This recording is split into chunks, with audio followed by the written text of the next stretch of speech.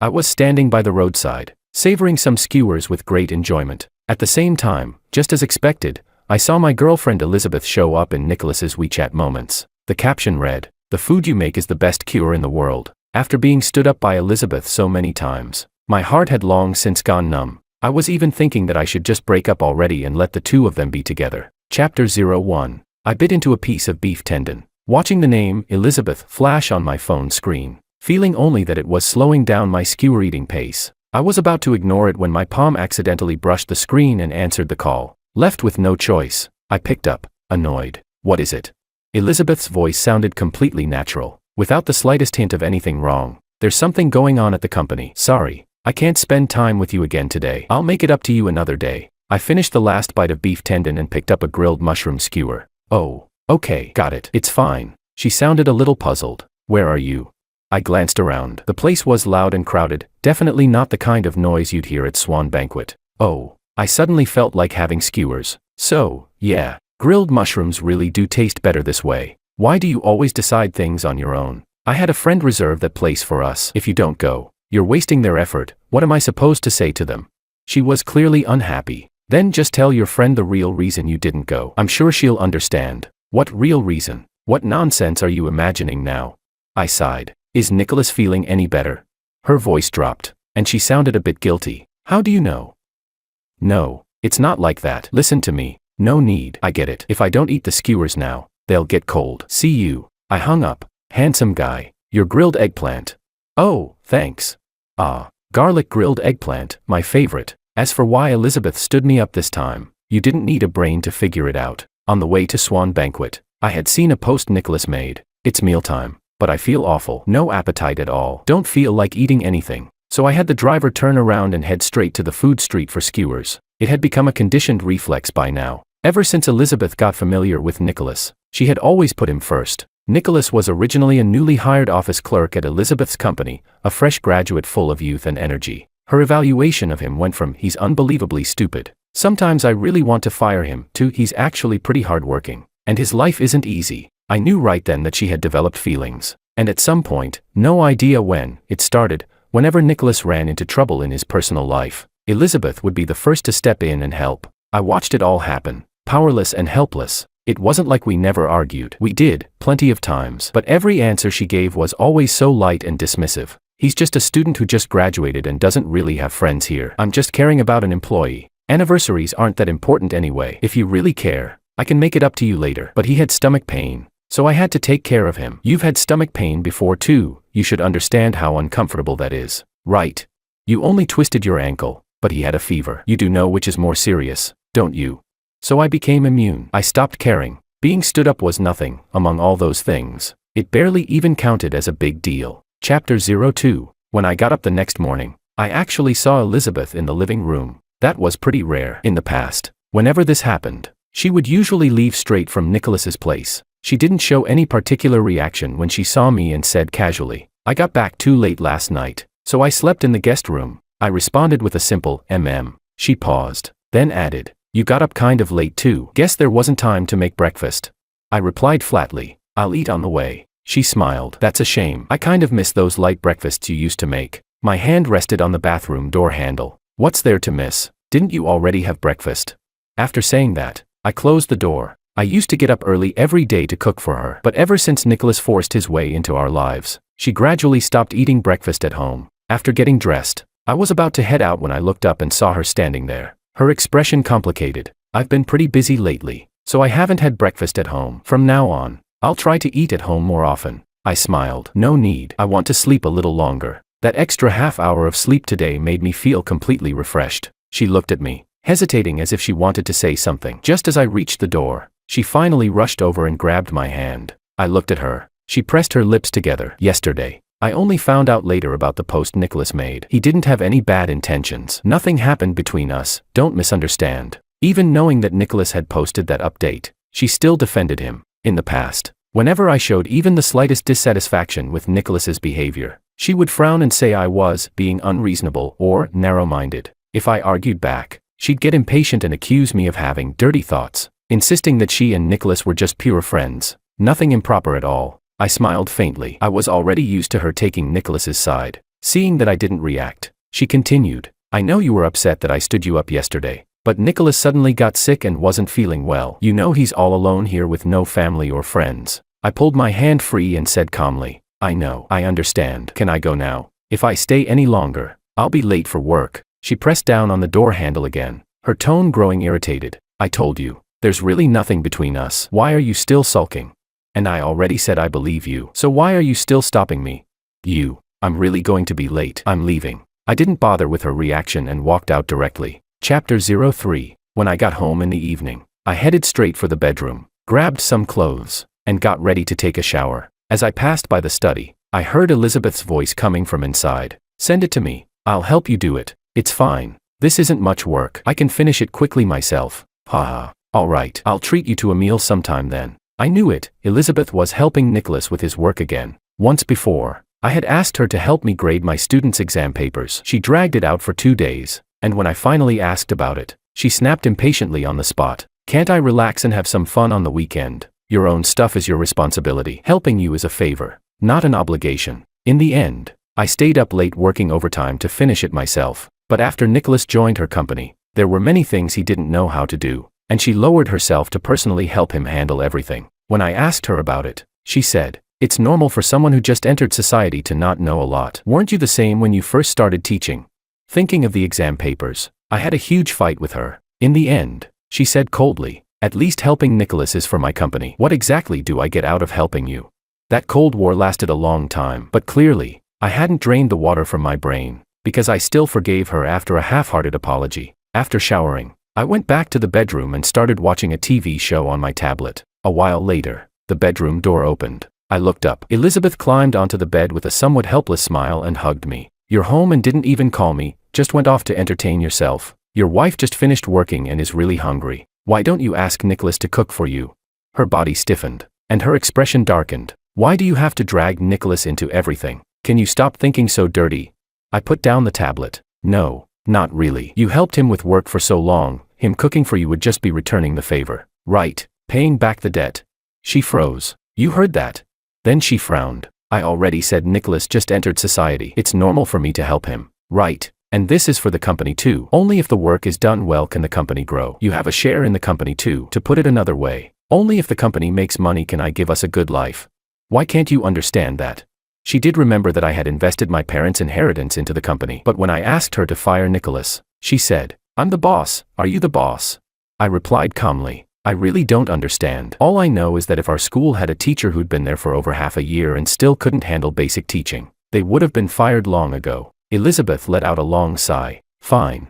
I'll urge him to get familiar with the job, and I'll try not to help him anymore. If you have any student assignments in the future, you can give them to me. I'll help you handle them. Is that okay?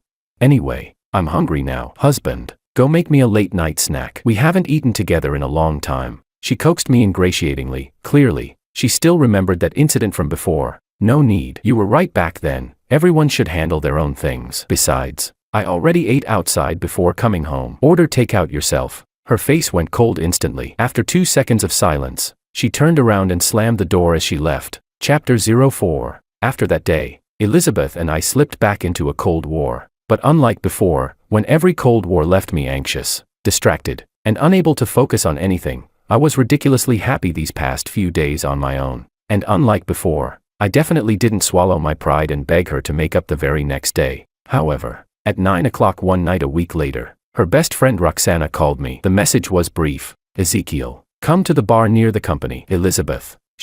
I hung up before she could finish. That group of co-workers turned friends at her company never liked me anyway. They thought a middle school teacher like me wasn't worthy of Elizabeth. This young, capable, independent woman. Whenever Elizabeth occasionally brought me to company gatherings, they'd basically shove me aside. Even when they talked to me, it was always laced with sarcasm and backhanded remarks. I couldn't even stop smiling. If I did, Elizabeth would accuse me of being a sore loser. Looking back now, I was honestly pathetic, but I have to admit, I kind of deserved it. Roxana kept calling. I rejected the call, then blocked her. After that, I started calling real estate agents to schedule apartment viewings. Within that week, I picked out a new place. The apartment I was currently living in belonged to Elizabeth. Not only was it close to her company, it was also far from my school. Waking up early every day left me groggy and drained. Most of the time I had no energy at all. Colleagues at my school even advised me to see a doctor because my complexion looked genuinely awful every single day. With a schedule like that, how could I possibly be okay? Chapter 05. After Roxana was blocked, her friends started calling me one by one. I had just hung up with the agent when another call came in. I was about to block this one too, but when I saw the caller ID, Luna, I answered. Among that group, Luna had always been the kindest to me. She never joined her friends in throwing shade my way, so I figured I'd return the courtesy. She spoke cautiously. Ezekiel, Elizabeth's really drunk. She keeps calling your name. Could you come over, just for a bit? Have Nicholas pick her up. I'm genuinely busy. Packing was no small task, but today's Saturday, and honestly, there really isn't anything going on between her and Nicholas. Suddenly, a loud crash came through the phone, followed by Elizabeth yelling, "Hang up, why are you calling him? What's there to explain to him?"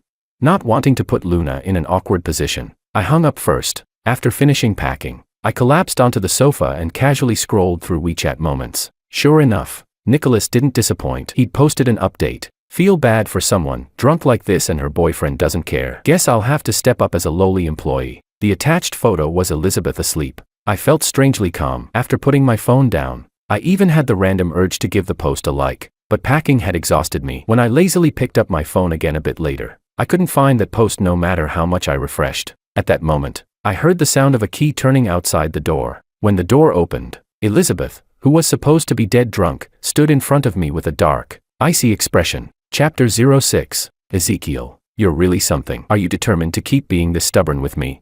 I didn't do anything, did I? I genuinely didn't understand what she was accusing me of. Your girlfriend got drunk. You didn't care at all and even told another man to pick me up.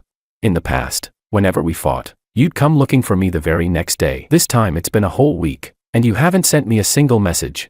Her eyes were bloodshot as she stared at me. There was even panic in them, because after some self-reflection, I realized I should give you some space. I said unhurriedly, and telling Nicholas to pick you up was also part of that reflection. I trust that you two are just pure friends. Isn't that a good thing? Elizabeth couldn't find any words. Her chest rose and fell rapidly. I stood up, ready to go back to the bedroom, but she grabbed me. Let's go get a late-night snack. There's a new spicy restaurant nearby. She wanted to just sweep the Cold War under the rug like this. Just as I was considering whether I should take this chance to lay everything out and break up cleanly, her phone rang. It was the exclusive ringtone Elizabeth had set for Nicholas, once my recurring nightmare. I'd asked her to change it. She said she couldn't be bothered. I said I'd change it for her, and she blew up, yelling that I was overstepping. There was a time when just hearing that ringtone made me want to smash her phone. Elizabeth reached out and rejected the call. That genuinely surprised me. Normally, no matter how important things were, if it was Nicholas calling, she would drop everything to answer. But Nicholas was persistent. One rejected call was immediately followed by another. I smiled. Go ahead. Answer it. Elizabeth pressed her lips together. No, I'm taking you out for food. Then will you block him? Elizabeth froze on the spot. Otherwise he'll just keep calling. How are we supposed to eat? She hesitated, then still answered the call. After listening for just a couple of seconds, her expression changed to panic. After hanging up, she said anxiously, Nicholas has gastroenteritis. I cut her off. Go. Elizabeth looked at me deeply. I'll be back soon. You have to wait for me. Then she turned around and left without hesitation. Chapter 07. Of course I didn't wait for her. Instead, I slept soundly, got up the next morning without rushing, and calmly made myself breakfast. After eating, I went out to look at apartments. I felt a bit regretful. If I'd finalized a place a few days earlier, I could have moved out today. Before viewing the apartment, I happened to notice that my phone had over a dozen missed calls and dozens of messages. I must have accidentally put my phone on silent earlier. Luckily, I hadn't missed any important work messages. There were messages from Elizabeth. She explained that Nicholas's condition was really serious, so she stayed to take care of him all night, but nothing happened between them. Nothing happened between us. Please believe me. Can you reply? On top of that, there were unexpectedly messages from Nicholas too, dozens of them, which startled me at first, but when I opened them, they were basically the same content sent over and over. Bro, Elizabeth held me and comforted me all night yesterday. She really knows how to take care of people. And you were guarding an empty bed again, right? Honestly, what's the point of clinging to a woman who doesn't love you? Don't wait for her. She definitely won't be back this morning. He used self-destructing messages, probably afraid I wouldn't see them, so he kept resending. I replied helplessly with a single line. Saw them. Stop spamming. Careful you don't pass out. He went quiet for a moment, then suddenly sent several normal messages. Those earlier messages were sent to the wrong chat. They weren't meant for you, Ezekiel. I was just joking with friends. Sorry. I know I shouldn't trouble my boss. I absolutely won't do it again. Ezekiel really loves you. Please don't fight because of me. He sent variations of those lines more than 10 times. Then stopped messaging altogether. Elizabeth, on the other hand, sent another message saying Nicholas was still weak and she needed to stay with him a bit longer. I'll definitely be back this afternoon.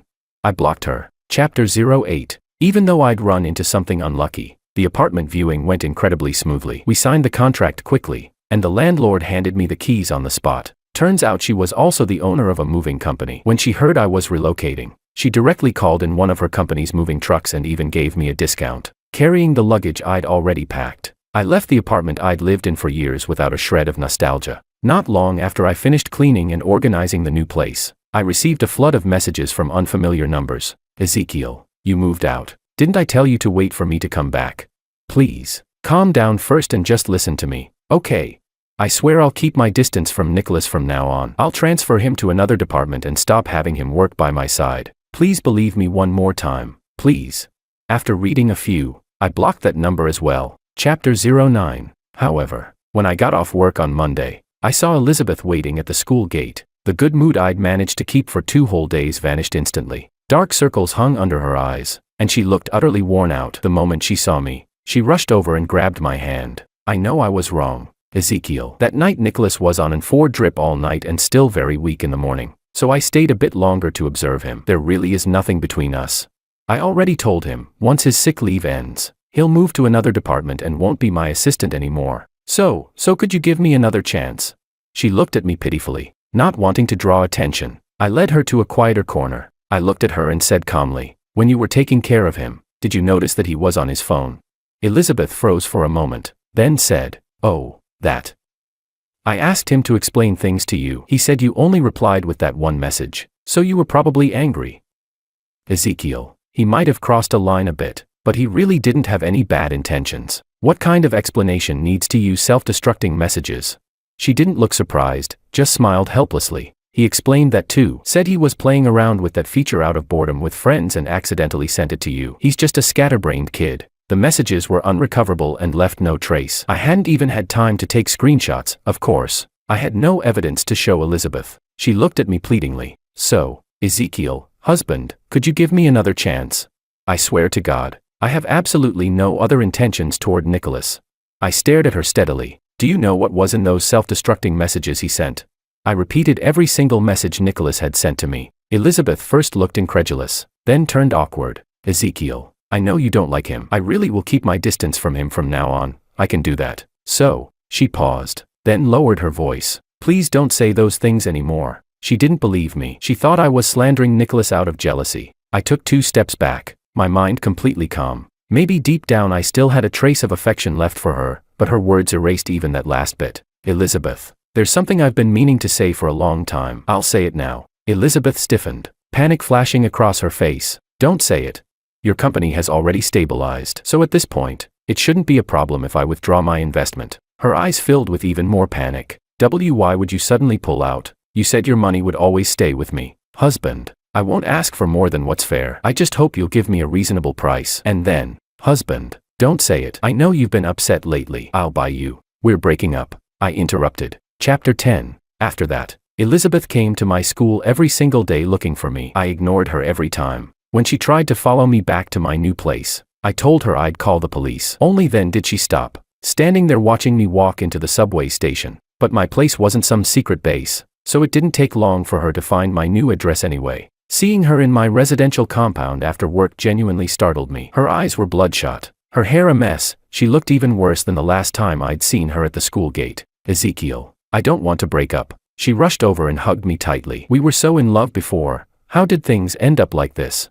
Her voice was already trembling with tears, but I felt nothing. If anything, I almost wanted to laugh. Can we make up? Can you move back? These days without you at home, I can't eat well or sleep properly. Only now do I realize I really can't live without you. I pushed her away and said coldly, I'm not moving back. This place is close to my school and transportation is convenient. She hurriedly said, I can drive you. From now on, I'll take you to work every day, rain or shine. I shook my head. You said the same thing when I first moved into your place, but later, She complained that driving me to school was a detour and cut into her sleep time. After a while, I stopped asking her to drive me at all. She looked flustered. I'm sorry. Back then the company was struggling, and I wasn't in a good headspace. I promise I'll pick you up and drop you off every day from now on. I sighed. Forget it. What's the point? Besides, you still have to drive Nicholas to work, don't you? I'll talk to him. I'll tell him to take the subway himself from now on. Line 5 just opened there anyway. My teaching workload has been heavy lately. We'll talk if there's time. I was really tired and didn't want to say any more. Chapter 11. Elizabeth still refused to give up. She actually rented the apartment right next door to mine and started getting up early every day to make breakfast for me. In the evenings, despite always being a workaholic, she somehow managed to get back early every day before I got off work, cook dinner, and ask me to come over to eat. I mostly ignored her. She didn't get angry either. Occasionally, when I was in a rush in the morning or too lazy to cook after work, I'd begrudgingly go over for a meal. She'd be happy beyond belief. That day during dinner, she kept glancing at me repeatedly. I wanted to ignore it, but it was honestly killing my appetite, so I asked what was wrong. As soon as I spoke, she put down her chopsticks and looked at me seriously. I've thought it through. I really handled things terribly before. I admit that during that time, the pressure from the company was overwhelming, and I wanted to find somewhere to relax. Even though I'm absolutely sure I never fell for Nicholas, emotionally, I did stray. I'm sorry, husband. I'll talk to Nicholas, compensate him properly, then let him resign. From now on, you'll always come first. I won't value anyone more than you. So, she looked at me cautiously. Can we not break up? Her eyes were full of affection. I, on the other hand, instantly lost my appetite. If she'd said this earlier, back when we still fought, I probably would have cried with joy on the spot. I put down my chopsticks. Just as I was about to speak, a phone ringtone rang abruptly. It wasn't my phone. It was Elizabeth's. I instinctively glanced at the screen. The name Nicholas was flashing nonstop. It was Nicholas, not Nicholas, and that ringtone. I've already deleted the special ringtone I set for him. Elizabeth ignored the call and stared at me nervously. Husband, believe me, I really am changing. I neither agreed nor disagreed. I only asked. You're not answering it. She shook her head frantically and immediately rejected the call. I mean it. From now on, you'll absolutely be my top priority.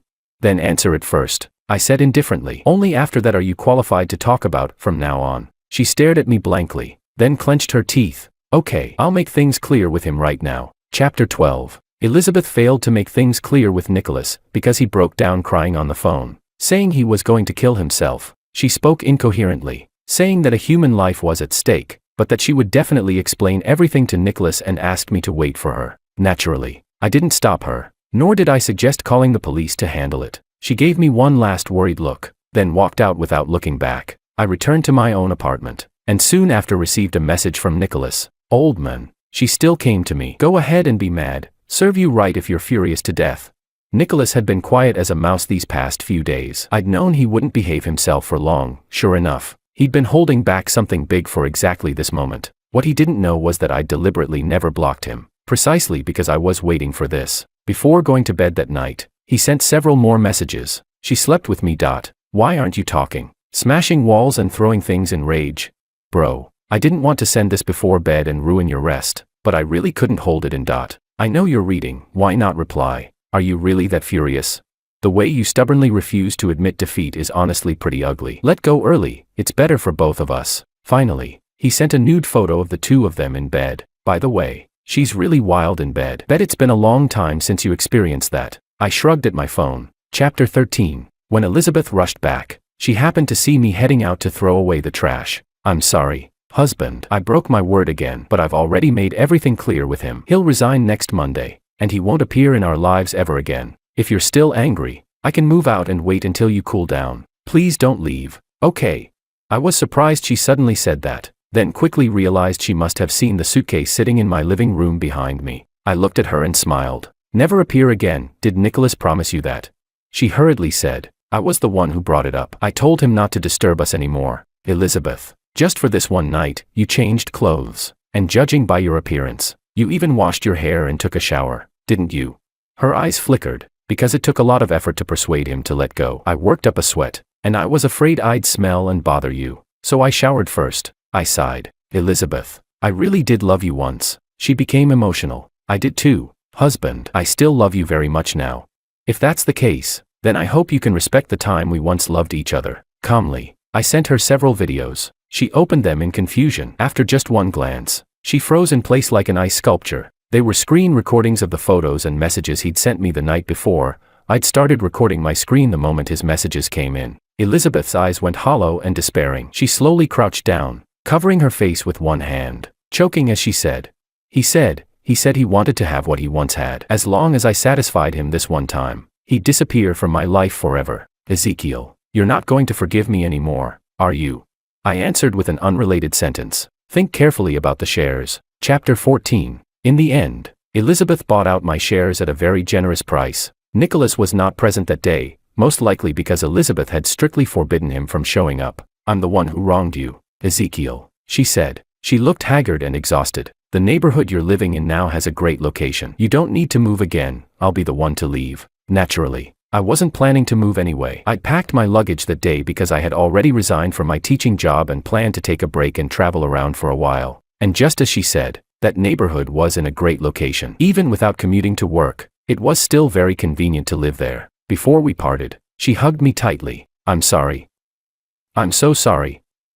I'm so sorry. My shoulder was soaked with her tears, but all I felt inside was irritation. Chapter 15. On the day I left, while waiting to board at the airport, I received another message from Nicholas. Elizabeth and I got our marriage certificate. Really wish you could come to our wedding, but you're probably off on some heartbreak trip, so I guess that's not happening. Elizabeth even said she's going to transfer the company's legal ownership to me. Don't be sad though, you'll definitely find someone suitable for you in the future, like some twice or thrice divorced 80-year-old grandma. It seemed he was far from happy about Elizabeth buying my shares at such a high price. He was clearly doing everything he could to get under my skin. I glanced at another notification, a bank alert showing a transfer of over 10 million. The sender was Elizabeth. I estimated it was probably most of her assets. Well then, looks like Nicholas would have to fend for himself from now on. I smiled, replied to him with a simple wish you happiness, and then blocked him as well. Chapter 16. 3 months later, when I returned from my travels, everything had changed dramatically. Luna told me that after Elizabeth transferred the company's legal ownership to Nicholas, she gave each of their friends a large sum of money to leave the company. After that, she let Nicholas make whatever reckless staffing decisions he wanted. Elizabeth also took out loans everywhere to start new business ventures. By the time Nicholas finally realized what was happening, the debt on his shoulders was so massive he couldn't repay it even in 10 lifetimes. He snapped. He demanded that Elizabeth pay off the debts, claiming they were joint marital liabilities. Elizabeth sneered and told him that when they registered the marriage, she had used a fake ID, so the marriage certificate was invalid. Nicholas then claimed he'd seen Elizabeth's pregnancy report, but she remained completely unmoved and said she'd already had the child aborted. In his breakdown, Nicholas got into a violent fight with Elizabeth. The two of them ended up tumbling down the stairs together. Nicholas suffered a high-level spinal injury, leaving him paralyzed, and the injury also destroyed his sexual function entirely. Elizabeth hit her head. By the time she was rushed to the hospital, it was already too late. Luna begged me, "Please, Ezekiel, I know Elizabeth did you wrong before, but could you, for the sake of what you once had, come and see her one last time?"